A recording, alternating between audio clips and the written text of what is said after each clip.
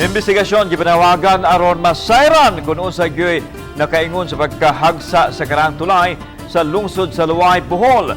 Samtang pagtrabaho o paghuman sa bagong Taytayan. Gitutukan karon sa mga otoridad gikan sa Luway, Bohol. Ani ang live report ni Nico Sereno. Nick.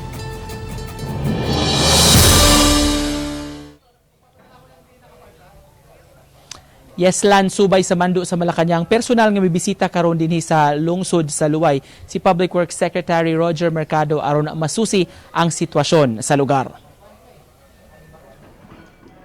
Udto kaganihan na abot dinhi sa Luway ug nag-inspeksyon si DPWH Secretary Roger Mercado.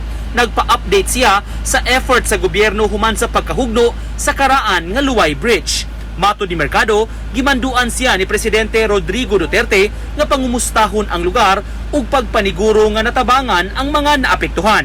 Gi-inspeksyon usab ni Mercado, inubanan nila ni Bohol Governor Arthur Yap ug Luway Mayor Hilario Ayuban ang pagtrabaho sa bag-ong Taytayan.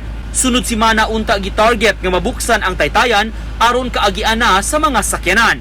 Apan aminado ang DPWH nga maapektuhan sab ang ilang trabaho sa kahimtang sa panahon labi na kun mag-uwan-uwan. We do not want to hurry up. We want first is to make it possible and see to it that it is safe for travel. No?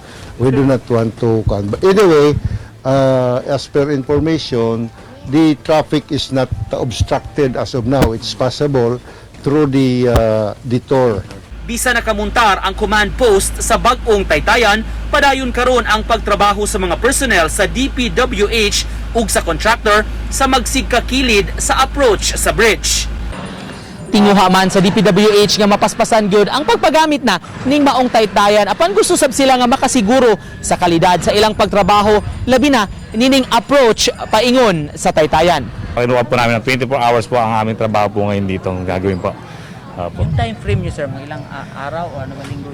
Depende po kasi dito sa buwan ngayon nag-uulan din po. Binigyan lang po tayo ng magandang pagkakataon ngayong araw nito but ng mga nagdadaang araw talagang ulan ng ulan dito. Pag binigyan ko kami ng magandang weather condition, pilitin namin within time frame na 5 days po bago pang 5 days makatapos kami sir dito.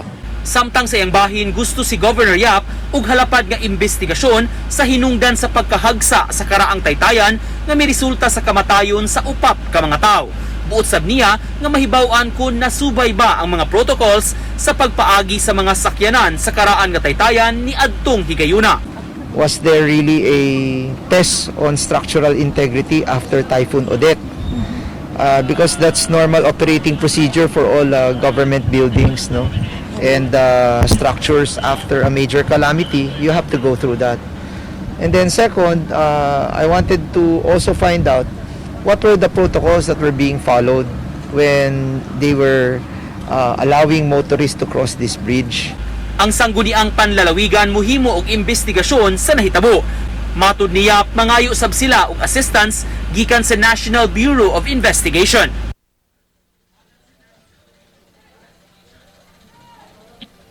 Tibok adlaw ralan nga mayong panahon dinhi sa lungsod sa Luway. Gawas lang sa makadyot mitaligsi karon lang yung hapon gilauman sa mga opisyales nga magpadayon kining maayong panahon aron mas mapadali pa ang pagtrabaho nila sa approach ni sa bag-ong Taytayan. Lan? Salamat Nico Sereno.